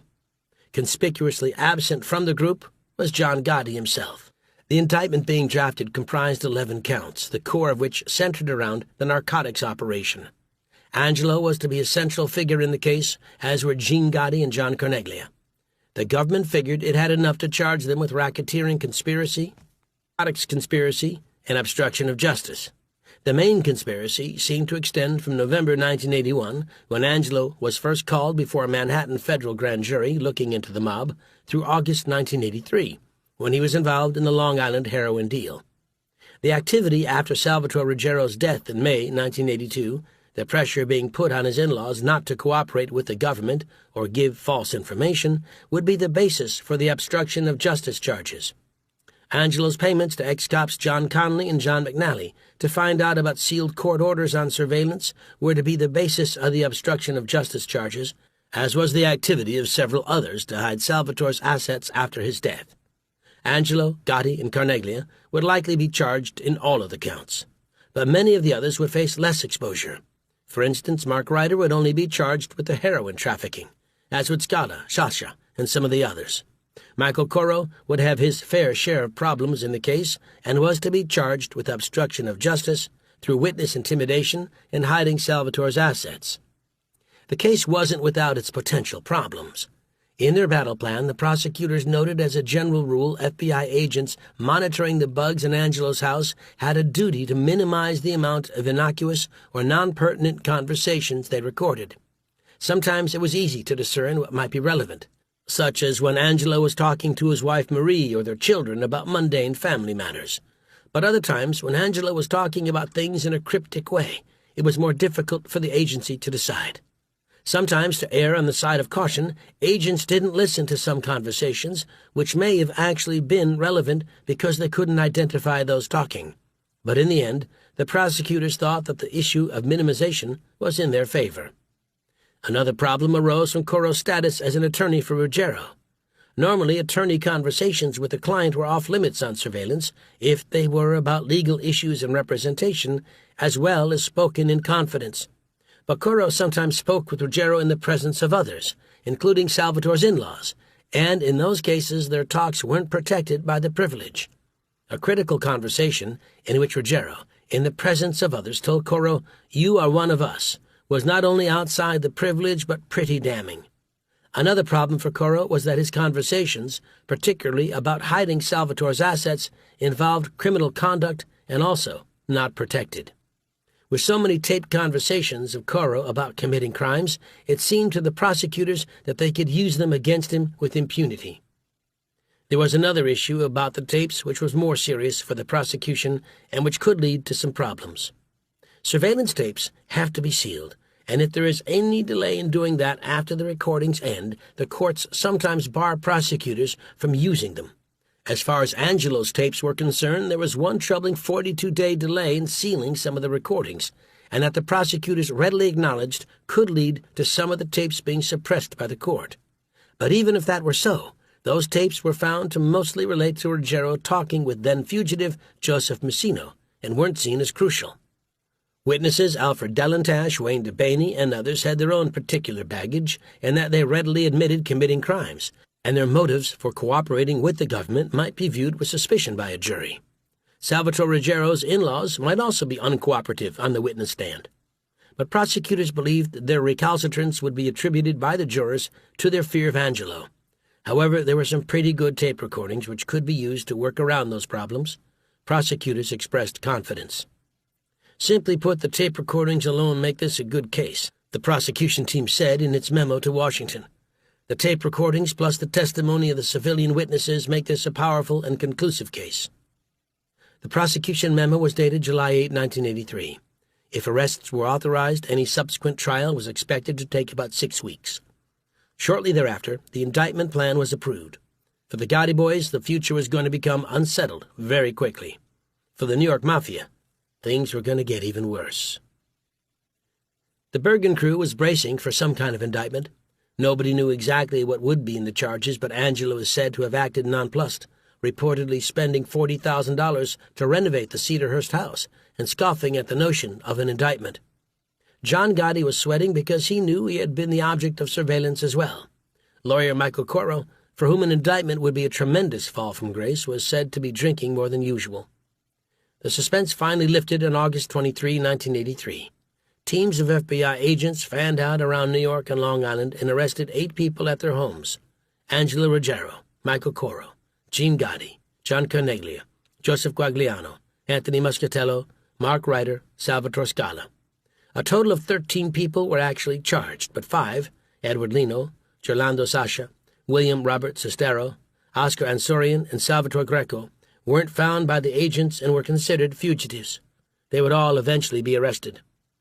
The group was charged under a federal criminal complaint, a prelude to a later indictment, and accused of smuggling hundreds of pounds of 98% pure heroin from Southeast Asia.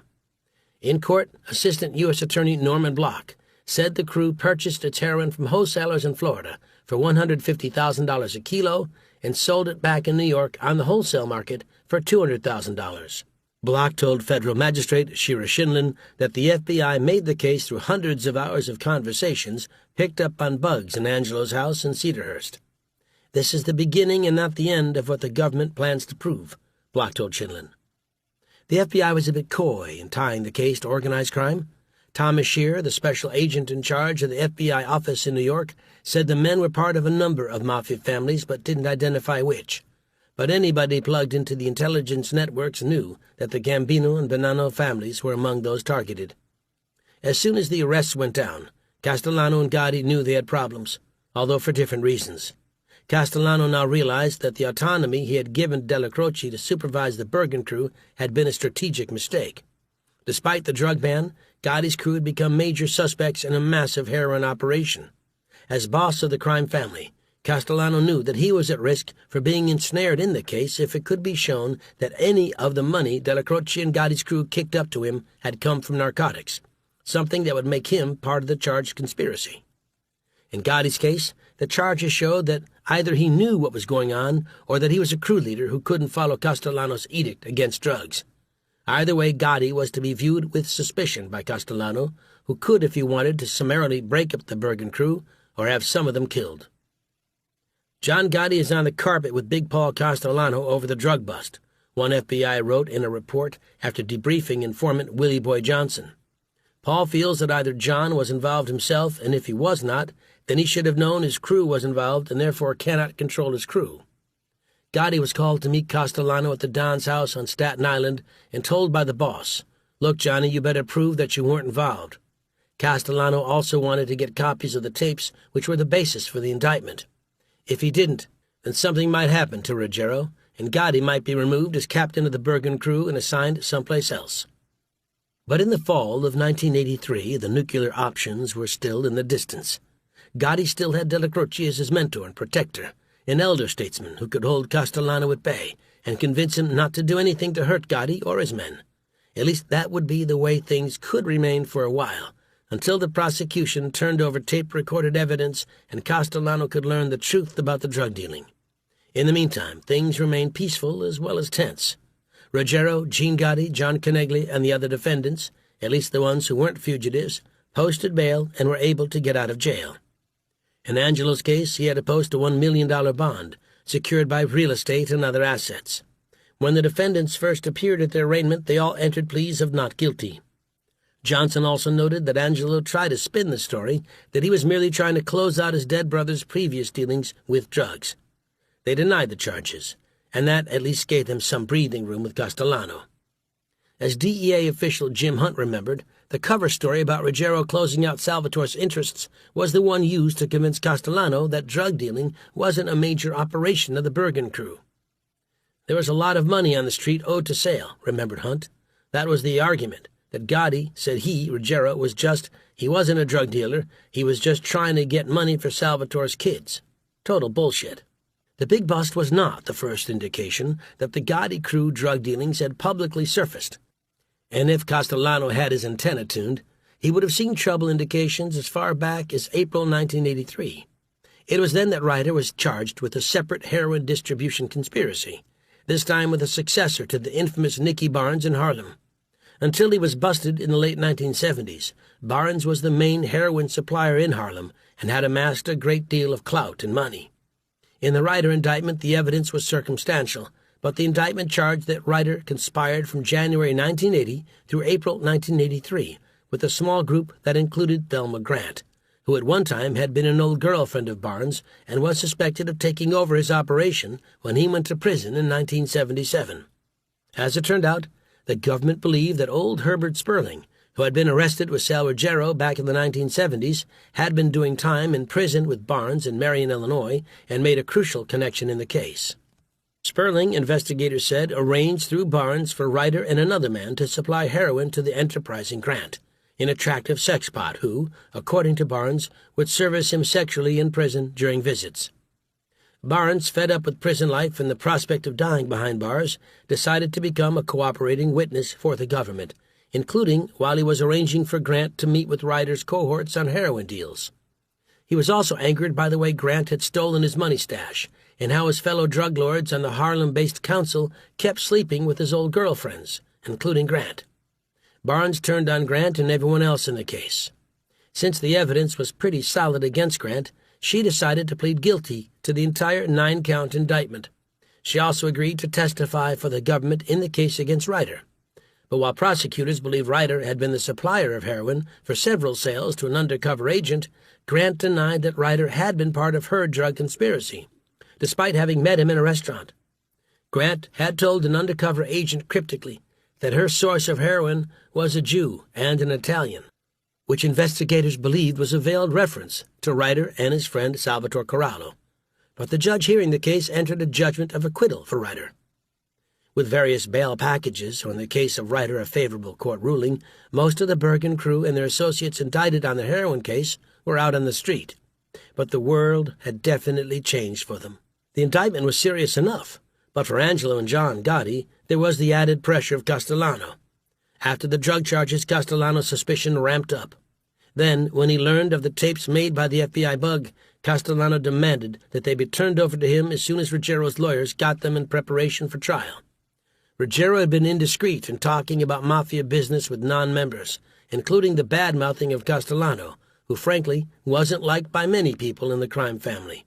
But apart from embarrassment, the tapes were damning evidence of Ruggiero's guilt in the drug conspiracy, and if Castellano got his hands on the material, he could easily order Ruggiero, and possibly John Gotti, killed.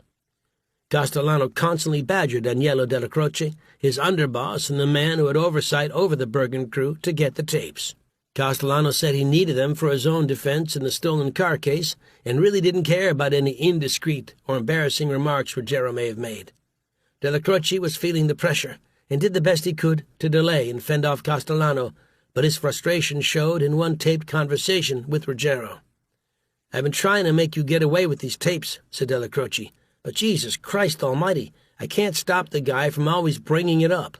Unless I tell the guy, Castellano, hey, why don't you go fuck yourself and stop bringing these tapes up, then what are we going to do then? We go and roll it up and go to war." "I don't want that," said Angelo. "No, I don't want that. No, I don't want that."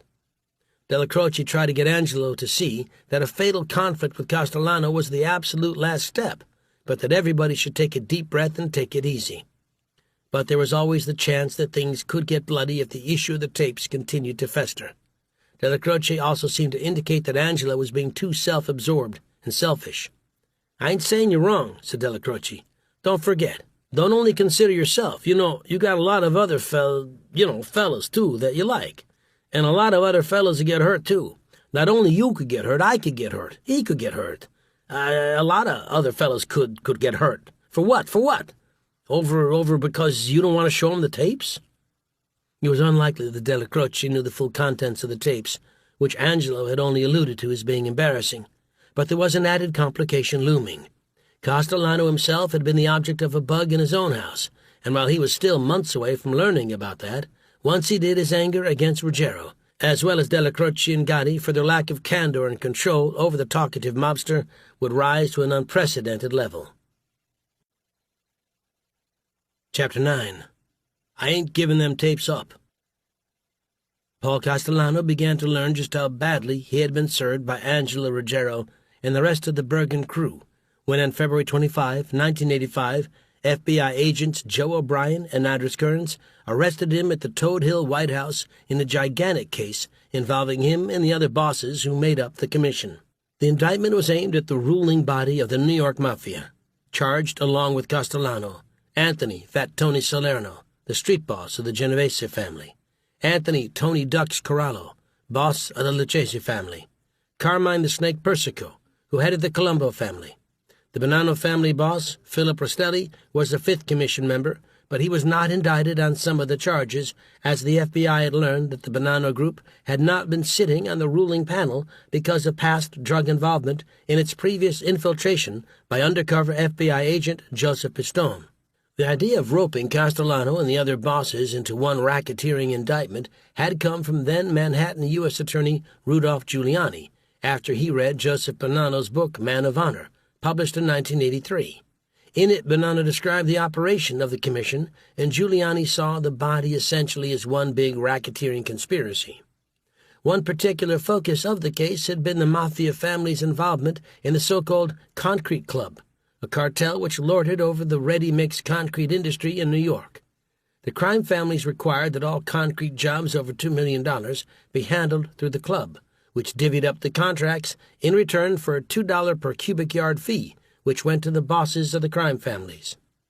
It turned out that the FBI learned about the operation of the club, in part through the bug in Castellano's house, where he often went on to talk about the payments. Of course, when Castellano was first arrested by O'Brien and Kearns, he didn't know that his own words had caused so much trouble. The two agents showed up at 177 Benedict Road, and after knocking on the door, told Castellano he was being arrested for racketeering. It was actually the second federal indictment against him in the last year. Castellano had been charged in 1984 for being part of the DeMeo stolen car racket. Leading the agents into the house, Castellano took them to the kitchen, where his maid and mistress, Gloria Olarte, was preparing a roast beef dinner. Castellano's daughter, Connie, was there with her husband. Castellano's personal physician was also there for dinner. Castellano asked if he could change into a suit, and O'Brien and Kearns consented. The Mafia boss returned after a short interval, dressed in a double-breasted blue suit, and kissed his family goodbye. Both his wife Nina and Gloria began to cry, and at that Castellano decided to leave with the agents in the government car. Kearns drove, and O'Brien sat in the back with Castellano for the ride. For security, another FBI car drove in front. Although the agents could have handcuffed Castellano for the ride, they didn't, something he appreciated. Just before Castellano left his home, his doctor gave him a shot of insulin and gave the packet of syringes and the medication to O'Brien and Kearns. It was unclear when Castellano might be freed on bail, so he needed the insulin with him.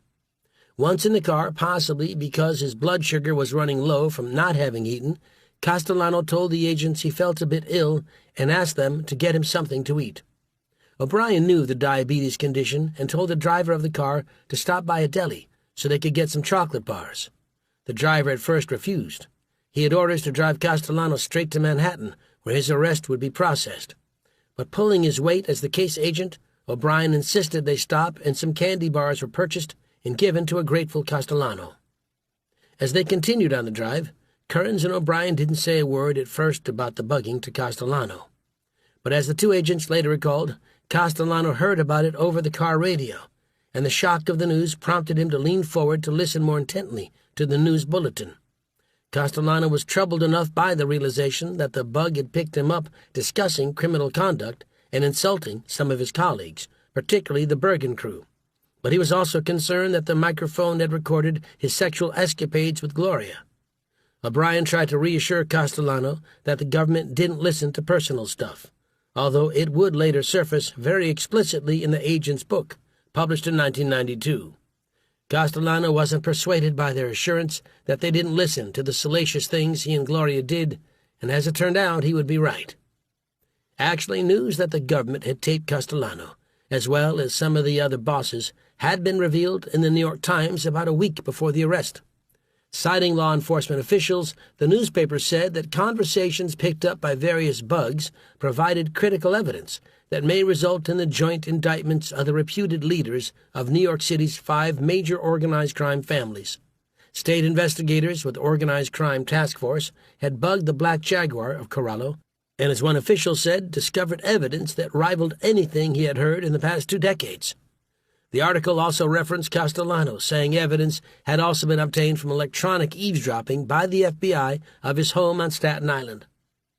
When the car with Castellano reached Manhattan, O'Brien saw the crowd of reporters and photographers around the Federal Building opposite the courthouse at Foley Square. It was a mob scene of sorts, and O'Brien wanted to avoid subjecting Castellano to a press crush. To do that, O'Brien ordered the driver to go around the block and park on a grassy area by the Federal Building, away from the crowd. With Castellano in hand, the agents took him into the building for processing before he was taken to the courthouse. At his arraignment the next day in Manhattan Federal Court, Castellano was represented by his longtime attorney, James LaRosa. With the help of his family, Castellano put together a bail package of $2 million, which was on top of the $2 million he had posted in the car theft case. It was a great deal of money to put up, although Castellano did have the property to secure the bond. Once back home, Castellano had much to think about, and much of it wasn't good. He now faced 2 major federal indictments. The DeMeo stolen car ring case was put together with the help of informants and cooperating witnesses. Castellano's own greed had made him a target there. The commission case was constructed in large measure from the bug in his house, and Castellano soon learned that it was the Ruggiero tapes which had given the government the probable cause to wire up his mans in Toad Hill. Everything traced back to the loudmouth Ruggiero, and to some extent his street boss and good friend, John Gotti. Castellano had prided himself on being discreet and careful in his telephone conversations, so the fact that his mansion, with all its security devices and the 2 Dobermans, was invaded by the FBI stunned him. He went on a remodeling rampage, replacing his entire kitchen, its equipment, and the dinette area. The bugging device, by that time long deactivated, was never found. There seemed to be other problems looming for Castellano. Succession is something smart mafia bosses always contemplated, and in Castellano's case, the flurry of indictments, which began in 1983, made him wonder where he could turn. Complicating things further was the fact that his aging underboss, Della Croce, was steadily losing his battle with cancer, so it was doubtful that he could reliably assume command of anything if Castellano himself was convicted in any of the federal cases arrayed against him.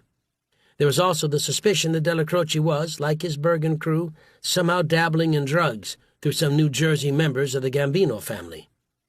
Despite his illness, Della Croce remained a target for the federal government, and in March 1985, just a month after Castellano had been arrested on the commission case, he was charged in United States of America v. Agnello Della Croce et al. The case was aimed at the Bergen crew, including John Gotti, Anthony Rapino, and Willie Boy Johnson. It was a contentious prosecution. The probe had been led by an earnest, if not stubborn, assistant U.S. attorney named Diane Jacquelone, who was working at the Brooklyn U.S. Attorney's Office. FBI agents like Joe O'Brien and his supervisor Bruce Mao saw that Jacquelone's prosecution was riddled with problems. The evidence just wasn't there, and other federal officials believed it was doomed to failure. One federal prosecutor in Brooklyn, Edward McDonald, who worked with the Organized Crime Strike Force, believed that if Jacquelone's case faltered, that the Bergen crew might be protected based on principles of double jeopardy from ever being indicted again federally. Jacquelone, a thin, tall, dark-haired woman of Italian ethnicity, was backed by her immediate superiors and persisted in pushing the case. Since the FBI was not backing her, Jacquelone didn't have the benefit of the Ruggiero tapes. There were more problems looming.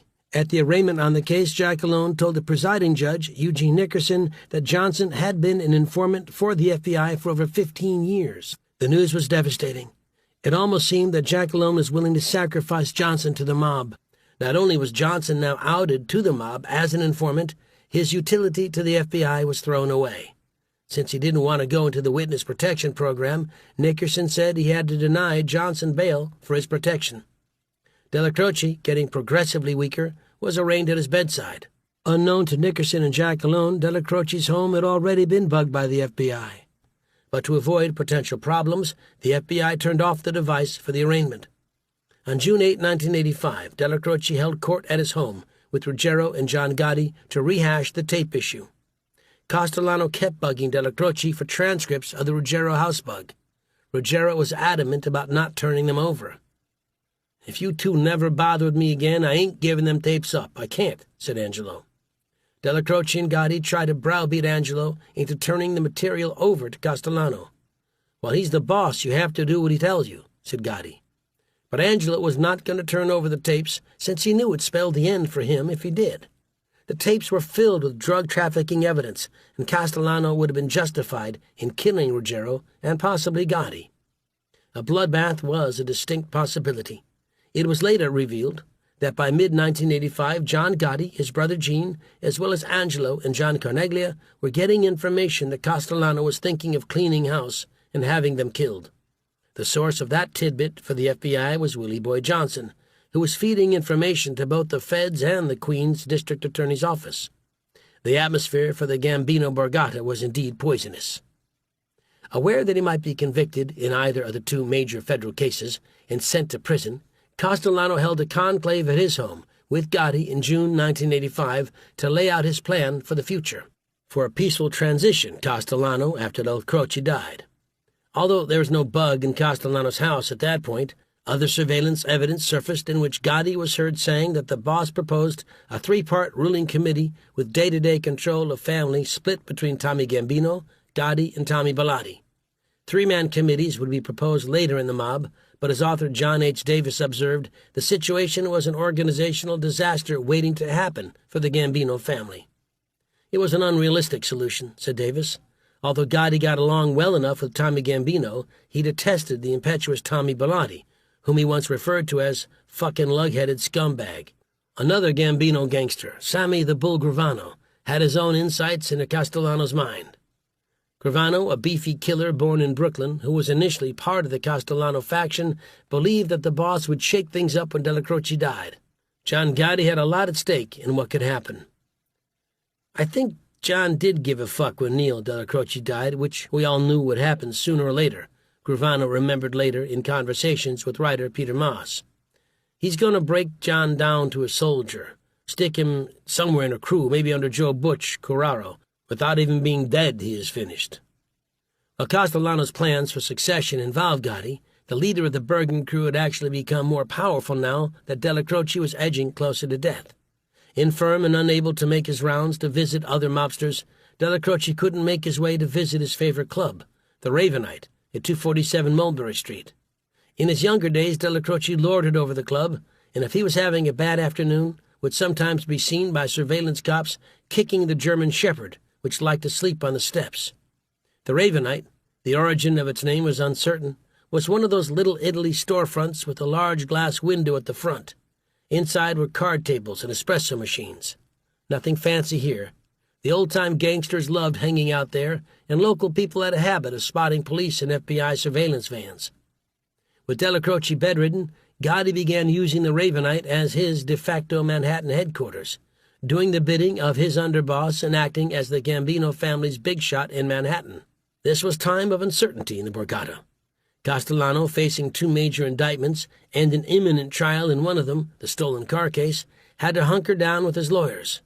Already a distant boss who stayed aloof of his blue-collar crews, Castellano became increasingly cut off from things. He apparently even stopped pressing the Il Della Croce for the Ruggiero tapes.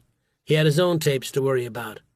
But he also remained hungry for money, something that continued to be a source of irritation among his own men and some of the other mafia bosses. Even Della Croce had complained about the avaricious ways of bosses like Castellano.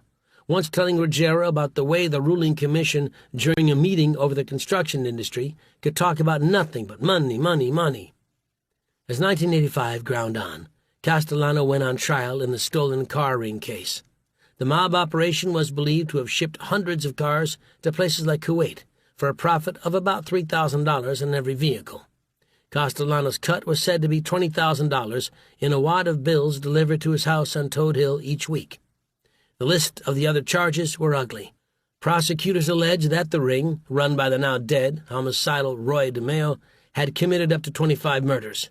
There was no direct claim that Castellano took part in the killings, but as a charged member of the conspiracy, Castellano could be found liable for the killings. While his defense attorney believed he had a shot at getting an acquittal, there was little evidence that Castellano was actively on the scene of the auto theft ring. That didn't prevent his name from coming up. On November 4, 1985, in Manhattan Federal Court, Vito Arena, a 43-year-old gangster who was serving an 18-year prison term for murder and car theft, testified that he had been reliably told a number of times that Castellano was the boss of the operation. Then there was testimony about Castellano getting the cash hauls once a week as his cut of the proceeds. True, the witnesses had their own baggage and problems of credibility, but if Castellano wanted to preserve any image he might have of being just a successful businessman, the testimony stripped away that veneer. The witness who seemed to do the most to portray Castellano as a mobster was another man not yet 40 years old. Dominic Montiglio, 37, was the nephew of Anthony Nino Gaggi, one of Castellano's key captains and one of the co-defendants on trial in the case. Testifying for the government, Montiglio recalled that one occasion when he was acting as a collector for his uncle, that he delivered a wad of $100 bills to Castellano at his meat market. Castellano, said Montiglio, was often portrayed as the boss and leader of our organization. Yet Castellano had qualms about the brutal way DeMeo and some of the other killers did business, knocking off rivals. Castellano's squeamishness was portrayed in a conversation Montiglio said he overheard between Gaggi and the crime boss, discussing the murder of rival car thief John Quinn and his girlfriend, Cherry Golden.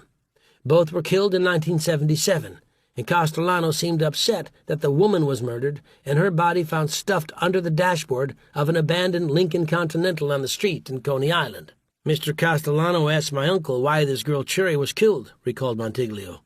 My uncle told him she was part of the operation of Quinn and something about him going to the law, and he had to be taken care of.